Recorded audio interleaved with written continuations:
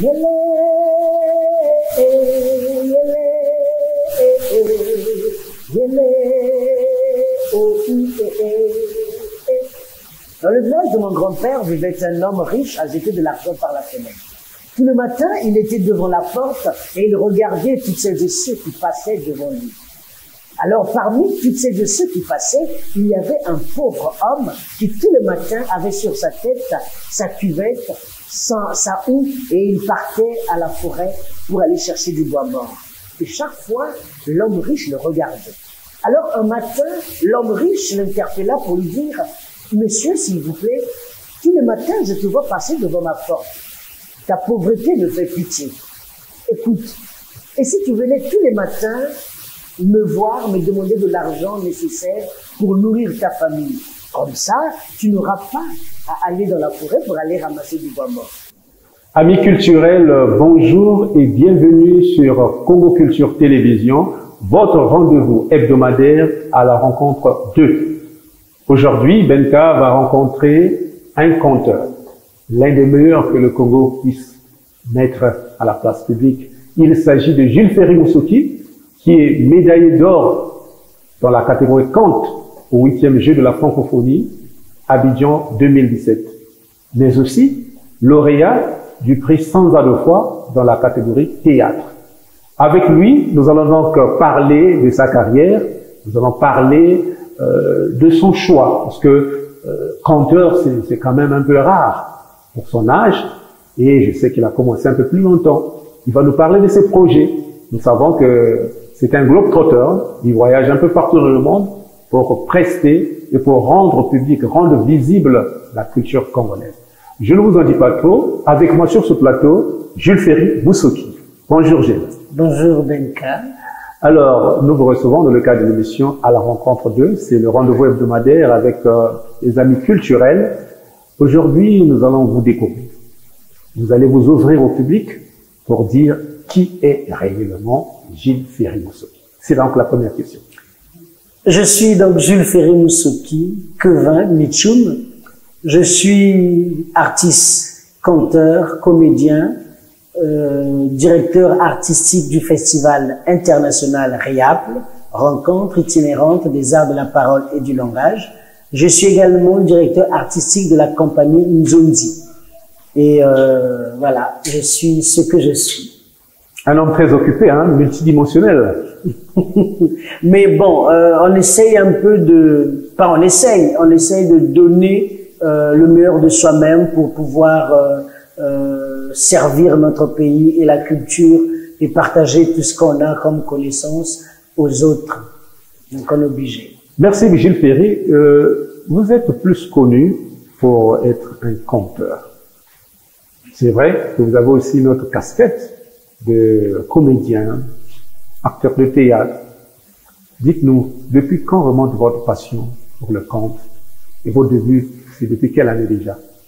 Bon, les contes, je les ai commencés en 2003. Mais avant le conte, j'ai commencé à faire du théâtre en 94, là où je suis au CBE, donc à l'Église évangélique du Congo. Et de là, je suis parti au collège, donc au CG 8 mars. Et de là, en 2000, je suis allé au Théâtre national congolais, où j'ai joué avec les grands du théâtre. Et c'est en 2003 que j'ai fait la rencontre avec les arts de la parole et du langage. Donc le conte, c'était sous l'initiative de l'Espace Tiné, qui est dirigé par un conteur aussi, comédien, metteur en scène, qui est médaillé d'argent en 2001 à Ottawa des Jeux de la francophonie. Donc en 2003, nous étions beaucoup de conteurs et je faisais partie. Et c'est là qu'a commencé le goût des contes, c'est là qu'a commencé le désir de raconter, c'est là qu'a commencé cette évasion-là, cet amour-là avec les arts de la parole et du langage. C'est vraiment un choix qui n'a pas été facile apparemment. Il n'y avait pas d'autres passions qui vous animaient à cette époque? À cette époque, il y avait beaucoup de passion, mais j'aimais raconter les histoires en écoutant Georges Mbana, paix à son âme, qui racontait les histoires tous les dimanches. Lissapo exactement. Donc avec les parents, on était là, on écoutait ce qu'ils nous disaient, ce qu'ils racontaient, Et moi, juste après, j'essayais d'imiter ce qu'il faisait. Et après, au fur et à mesure dans la vie courante, ça commençait un peu à gagner mon corps, ça commençait un peu à gagner tout mon être, et l'envie devenait de plus en plus pressant. Et puis voilà, après je me suis déchaîné quand j'ai fait la rencontre des arts de la parole et du langage. Et donc c'est à ce moment-là que commence réellement votre carrière en tant que conteur. Exactement. Parlez-nous de votre évolution, comment les choses se sont passées par la suite. Ça n'a pas été facile parce que tout au début, on était des amateurs, on va le dire comme ça. On n'était pas des professionnels, mais il nous a fallu du temps, le travail. Il nous a fallu sacrifier beaucoup de choses pour arriver à ce que nous sommes aujourd'hui. Et ça fait plus de 15 ans, je veux dire aujourd'hui, que je pratique les arts de la parole et du langage. À l'époque, je ne tournais pas parce que on était encore en formation. À l'époque, on donnait nos prestations. C'était encore le centre. C'était pas l'Institut français, mais c'était le Centre culturel français à cette époque-là, le CCF. Et le responsable de l'espace Tiné nous donnait parfois des minutes pour pouvoir faire un camp de 5 minutes, de 10 minutes, de 20 minutes. Au fur et à mesure, on essayait d'évoluer avec le temps qu'on apprenait, avec le temps qu'on travaillait. On arrivait maintenant à faire des spectacles d'1 heure et ils nous faisaient confiance. Et ce n'était pas facile, il fallait avoir de la patience pour arriver à ce que nous faisons aujourd'hui. Quand vous arrivez dans ce milieu, au début des années 2000, quels étaient les conteurs congolais qui étaient en vogue? Bon, à cette époque-là, celui que je connaissais, c'était Gabriel Kinsa, qui est en France. Il y avait non seulement paix à son âme, je pense qu'il était déjà décédé, Georges Mbana, et il y avait Abdon, que j'avais fait la rencontre donc en 2003, et à Pointe-Noire, il y avait Joris Madiala, il y avait Nestor Madiala. Bon, peut-être qu'il y en avait d'autres que je ne connaissais pas, mais ceux au moins que je rencontrais dans les festivals RIAP, c'était ceux-là, et il y avait d'autres qui venaient de l'étranger. Donc, on essayait de regarder comment eux, ils travaillaient, comment eux, ils étaient en train de raconter des histoires, et nous, on essayait de les imiter pour faire encore mieux dans ce que nous, on voulait faire. Alors, on peut dire que l'apprentissage n'a pas duré longtemps parce que vous vous êtes mis au travail et les résultats ont suivi. Bon, l'apprentissage, on va dire, ça a pris du temps. Parce que les ateliers que nous avons, les ateliers d'initiation à la pratique du conte, nous n'avaient fait que, si j'ai une bonne mémoire, 2 semaines. Et au bout de 2 semaines, il fallait faire la restitution. Et après, à l'espace Tiné, on a eu des temps où il fallait qu'on travaille entre nous. Donc, on était 10 conteurs, pour certains habitent en France. Donc, chaque lundi, on se retrouvait à l'espace Tiné, qui était d'abord à Mpissa, et on travaillait, on regardait les spectacles des autres. Donc, moi, je viens, je raconte mon histoire que j'ai prévue pour jouer le samedi, et les autres critiquent et donnent des astuces de point de vue. Et au fur et à mesure, c'est comme ça qu'on évoluait tous ensemble jusqu'à ce que nous sommes arrivés au niveau où nous sommes aujourd'hui. Mais ça n'a pas été facile. Il y a eu des critiques, il y a eu des remarques, il y a eu parfois des moments de blâme, parfois, on va dire, les chicottes verbales. Est-ce que, entre guillemets, vous n'avez pas connu le découragement? Ah oui.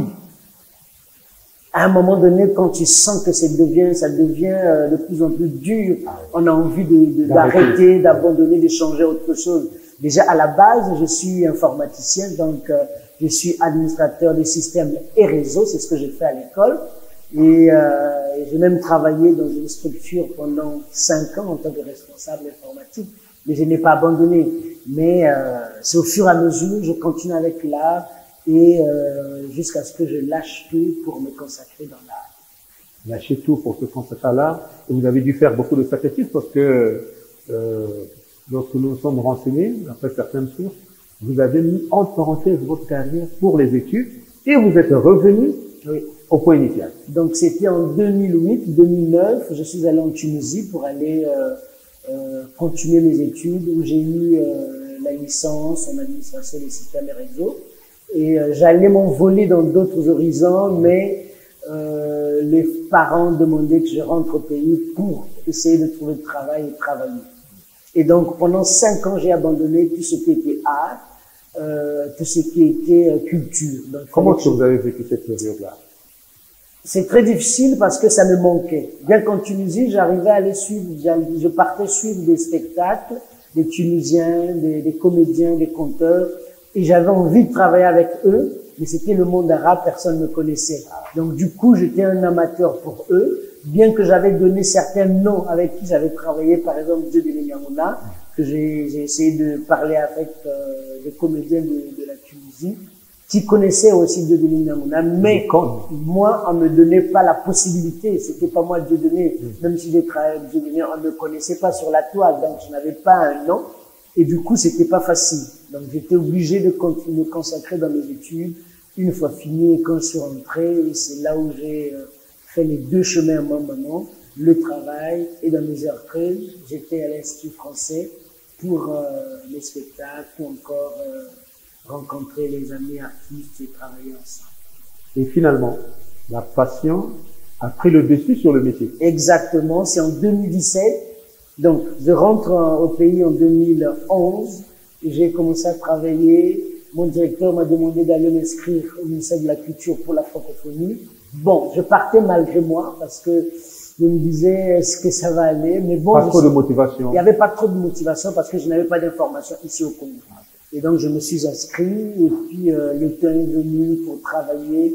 Et 2017, je suis parti donc à la francophonie à Abidjan.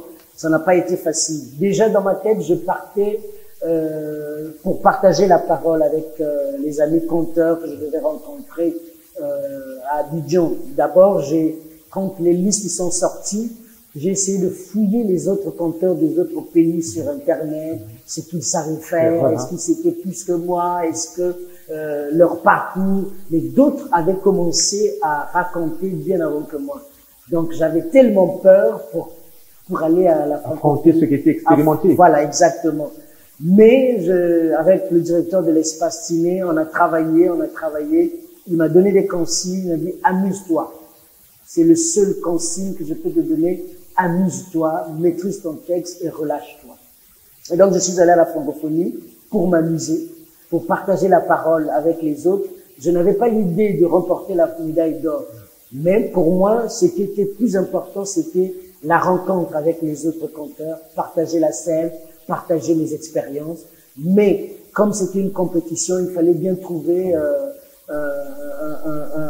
un meilleur, ou bon, pas meilleur, mais trouver un gagnant ou encore le lauréat, voilà, les nominés. Et j'étais parmi ceux-là qui ont remporté le 8e jeu de la francophonie, catégorie compte. Et donc moi, à ce niveau-là, je ne dis pas que je suis meilleur que les autres, parce que tous les conteurs, on était tous pareils, parce que chacun avait sa stratégie, chacun avait sa technique de compte. Il n'y a pas de mauvais compteur, il n'y a pas de bon compteur. C'est les stratégies, c'est les tactiques, les techniques qui diffèrent, mais tous on est pour la même cause, c'est de défendre les arts de la parole et du langage. Et donc, on a permis à Jules Ferry-Moussoki de pouvoir garder les clés du temple du conte. Donc, dans d'autres éditions, certainement en 2024, les 9e édition qui sera à Kinshasa, donc on aura un autre gardien du temple qu'on va donner les clés du temple pour pouvoir lui aussi garder le temple.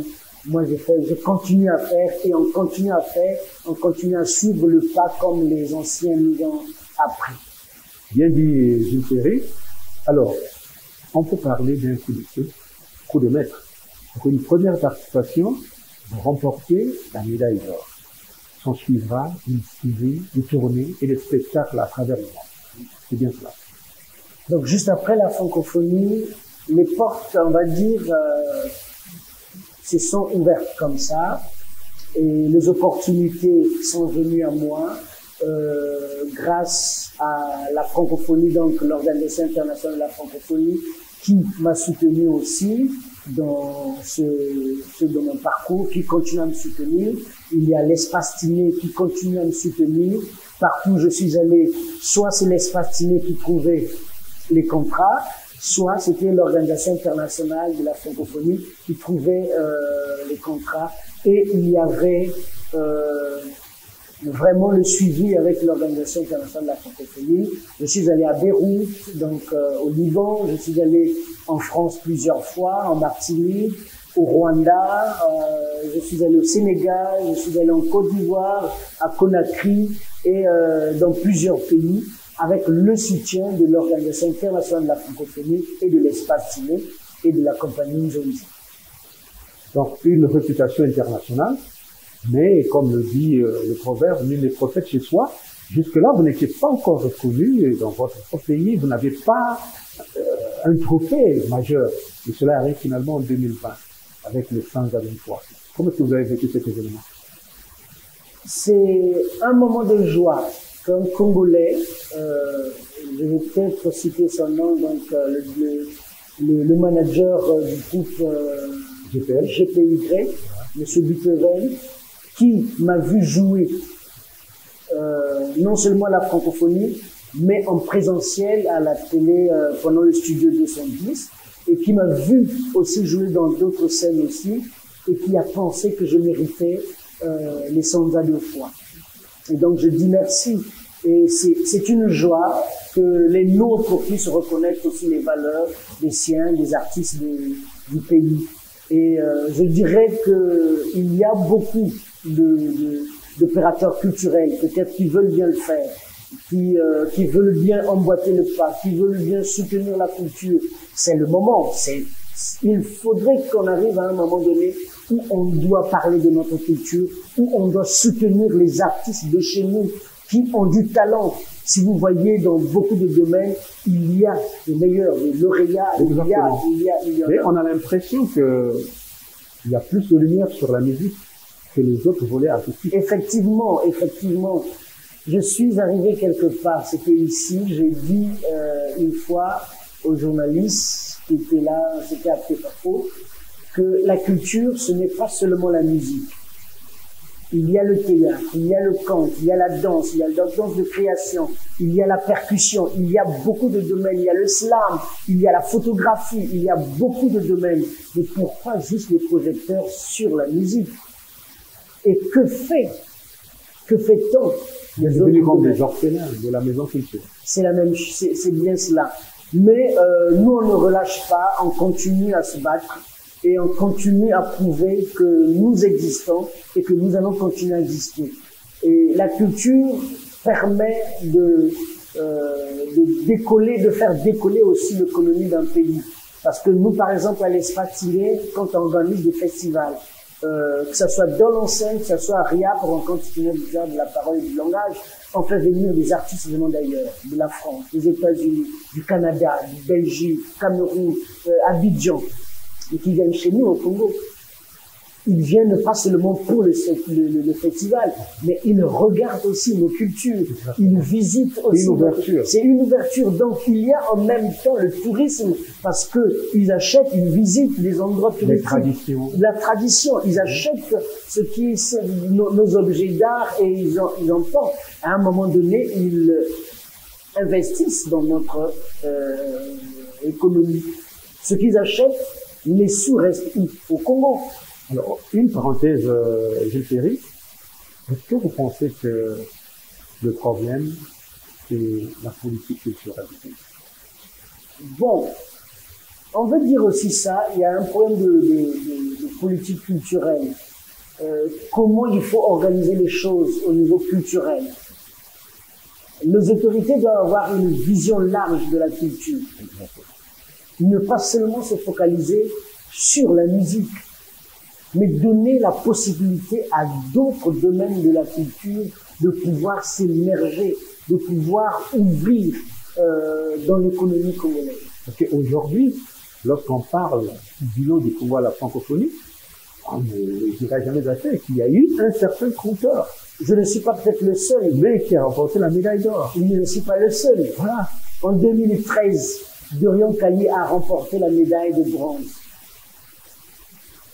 En 2001, je venais de vous le dire, Abdon Fortuné Kumba Kaf a remporté la médaille d'argent. Donc le Congo a 3 médailles de la francophonie, or, argent et bronze.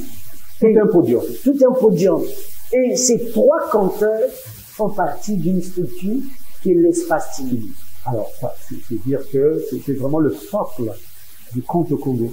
Parce que les fruits sont là. Bien sûr, l'espace-time forme, continue de former.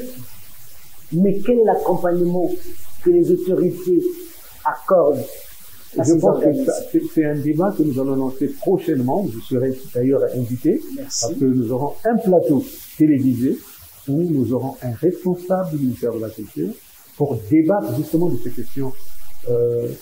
Où est-ce que le bas blesse? Quelle est la faiblesse, le talent d'Achille de notre culture? Je pense qu'on y reviendra. Alors, pour lier l'utile à l'agréable, Gilles Ferry, et pour le plaisir de nos téléspectateurs, est-ce qu'on peut marquer une petite pause et écouter un extrait de chant?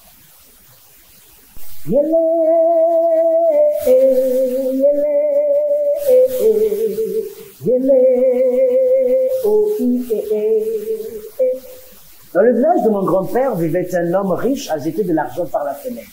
Tout le matin, il était devant la porte et il regardait toutes celles et ceux qui passaient devant lui. Alors, parmi toutes celles et ceux qui passaient, il y avait un pauvre homme qui, tout le matin, avait sur sa tête sa cuvette, sa houe, et il partait à la forêt pour aller chercher du bois mort. Et chaque fois, l'homme riche le regardait. Alors, un matin, l'homme riche l'interpella pour lui dire « Monsieur, s'il vous plaît, tous les matins, je te vois passer devant ma porte. Ta pauvreté me fait pitié. Écoute, et si tu venais tous les matins me voir, me demander de l'argent nécessaire pour nourrir ta famille. Comme ça, tu n'auras pas à aller dans la forêt pour aller ramasser du bois mort. » Le pauvre homme accepte, alors il continue sa route. Mais le lendemain matin, il vient, il frappe à la porte de l'homme riche, il le salue et il attend.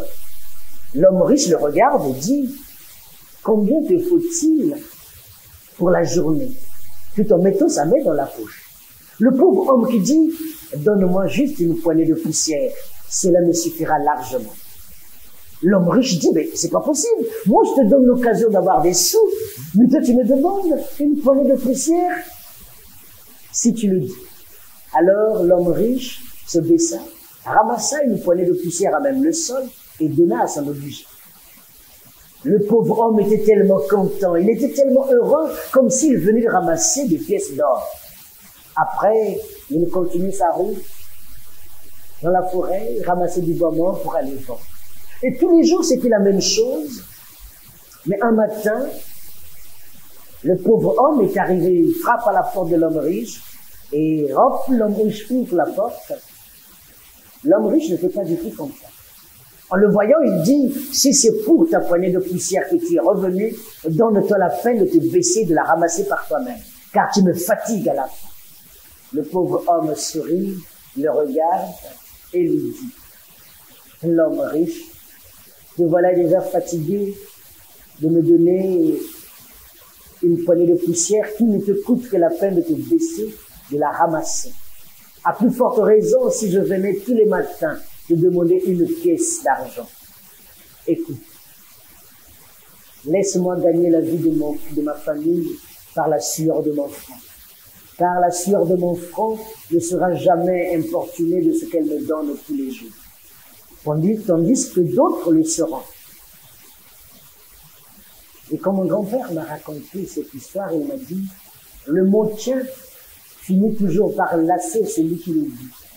Bien qu'il ne pèse pas, bien qu'il n'a pas de poids physique, mais il pèse bien lourd s'il est dit très souvent.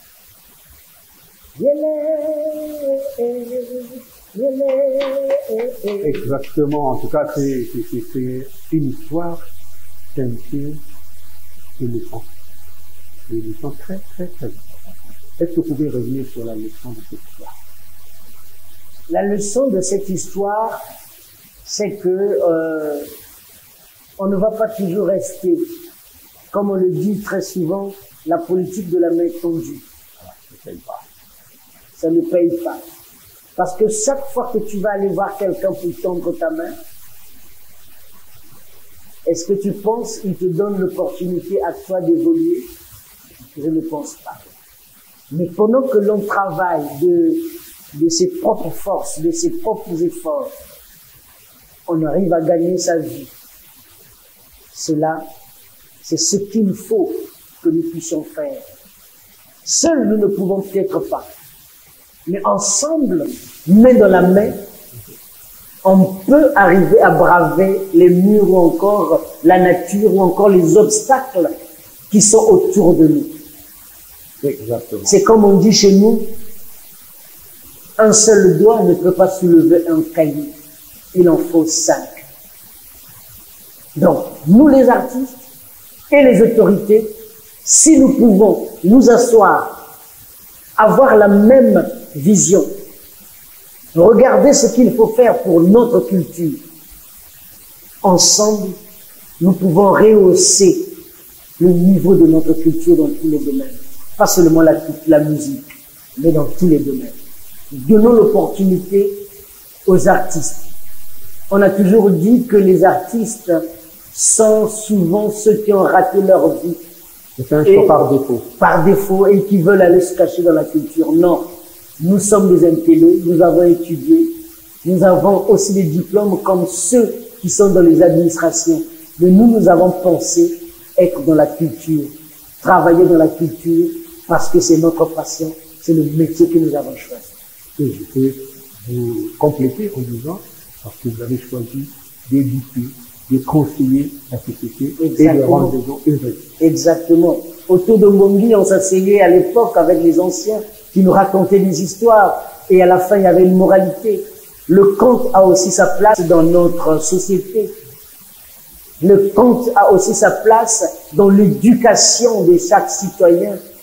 Le conte a aussi sa place partout dans nos familles. Aujourd'hui, la mondialisation a changé notre façon de vivre, notre façon de regarder la vie. Mais essayons de repartir peut-être 10 ans en arrière ou 30 ans en arrière pour essayer de rassembler les peuples autour du Mbongi pour les conscientiser. Les grands-pères nous racontaient des histoires et la moralité venait par rapport à ce que les enfants ont fait de la journée. Si on n'était pas obéissant, les grands-pères profitaient pour nous remettre dans l'ordre. Et le conte aussi a sa place, de remettre l'ordre, que ce soit dans tous les domaines, politique, culturel, social et autres. Il suffit qu'on nous donne l'espace. On est bien heureux qu'aujourd'hui, après la pandémie, où nous étions encore confinés culturellement, parce que les autres secteurs d'activité fonctionnaient, mais seule la culture était confinée. Les autorités ont pensé d'ouvrir aujourd'hui pour que la culture s'exprime, mais quelle est la mesure d'accompagnement pour accompagner les artistes qui sont restés près de 2 ans sans rien faire? Près de 2 ans sans rien faire. Toute série, lorsque vous parlez du Mbongi, c'est un terme assez évocateur, surtout pour le passé. Nous avons connu lorsque nous étions au village. Pour les jeunes, c'est tout à fait nouveau. Mais vous avez pensé faire revivre ce passé-là à travers des pièces que vous avez intitulées « Le soir au Mbongi ». L'actualité, c'est le 2e épisode. Mais vous avez eu le 1er épisode par le passé.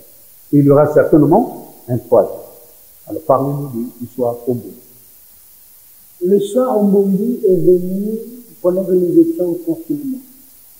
Il fallait bien réfléchir à ce qu'il faut faire pendant que nous sommes en confinement. Et quand on va ouvrir les salles, qu'est-ce qu'il faut faire? Alors j'ai réfléchi. L'idée m'est venue le soir au Mbongi. Alors le soir au Mbongi, c'est un événement qui permet aux jeunes enfants et adultes de se retrouver autour du Mbongi, de raconter des histoires, des proverbes, des devinettes, des éléments-poupées et tout ce qui va avec. De se remémorer la culture, ce qu'on faisait à l'époque dans nos cultures, autour du feu, de se rappeler de ces histoires-là que les grands-pères nous racontaient.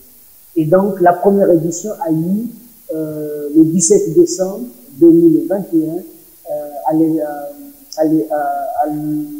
au restaurant La Petite Fin. Et la 2e épisode aura lieu, le deuxième épisode, le 18 mars, ici, au centre Zola, donc 18 mars à 18h, l'entrée dans ce 1000 francs, où on ouvre les portes à tout public de venir assister. Il y en aura une troisième, il y en aura quatrième, cinquième.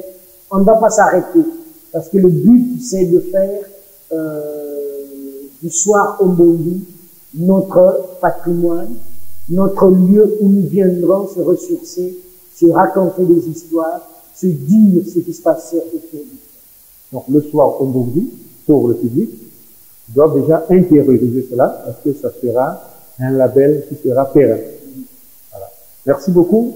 Alors, nous allons parler des conduits à venir. En dehors de ce que vous venez de dire, aussi le soir au Ombongi, il y a certainement d'autres ambitions que vous paraissez sur ce qu'on vous a dit compris. Il y a des projets, les projets sont là.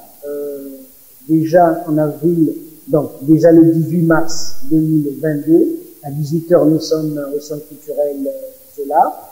Et en avril, je vais m'envoler pour le mai, bien sûr, pour participer à un festival. Et en mai, je serai en résidence pour continuer donc la création de la pièce Sandra, qui est soutenue par l'Organisation internationale de la francophonie, un projet produit par l'Espace Tiné. Et en juin, donc c'est le festival Dol en scène qui se tiendra à Dolisie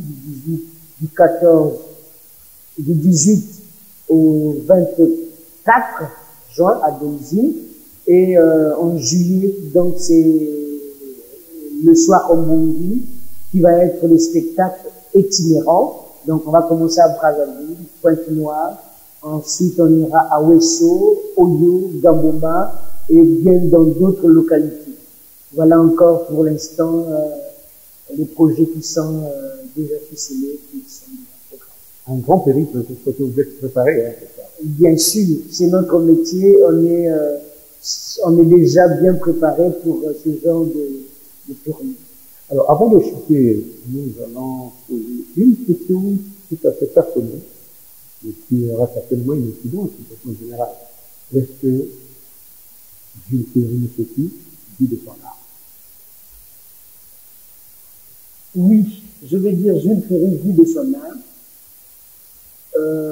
L'art que je fais, les arts de la parole et du langage, qui est un métier que j'ai choisi, c'est comme tout autre métier. Il y a des hauts, il y a des hauts et il y a des bas. Il y a des difficultés et il y a des moments de bonheur. Donc, ce que vous subissez dans vos métiers, journalistes, on va dire les bureaucrates, ou encore les caméramans et autres, c'est ce que nous aussi on vit. C'est ce que aussi nous on rencontre dans notre parcours, dans notre métier. Ce n'est pas toujours facile, parce qu'il faut concevoir des projets, il faut préparer des spectacles, il faut aller ici et là pour aller chercher des marchés. Ce n'est pas toujours facile. La porte n'est pas toujours ouverte. Il y a toujours des moments où quand tu arrives, on te dit c'est pas possible. On cherche des financements. On n'a pas toujours le financement quand on le veut. Mais on continue de travailler, on continue d'espérer parce que c'est notre métier, c'est ce que l'on a décidé de faire. Jules Ferry arrive à vivre de son art. Merci pour cette démonstration, parce que vous avez été très intéressé dans vos propos. Et je pense que, comme Jules Ferry, chacun de vous se rendre compte de la valeur de son métier et aussi se mettre à fond pour ne pas voir les difficultés. Il y a des moments de bonheur et des moments de malheur comme vous avez. Alors, pour terminer, Jules Ferry, un mot pour la chaîne Congo Culture qui nous reçoit aujourd'hui. Tout d'abord, je dirais merci à Congo Culture de m'inviter sur ce plateau. Congo Culture, comme on le sait, qui existe déjà depuis tant de mois, tant d'années, qui est, on va dire, le miroir qui reflète la culture congolaise.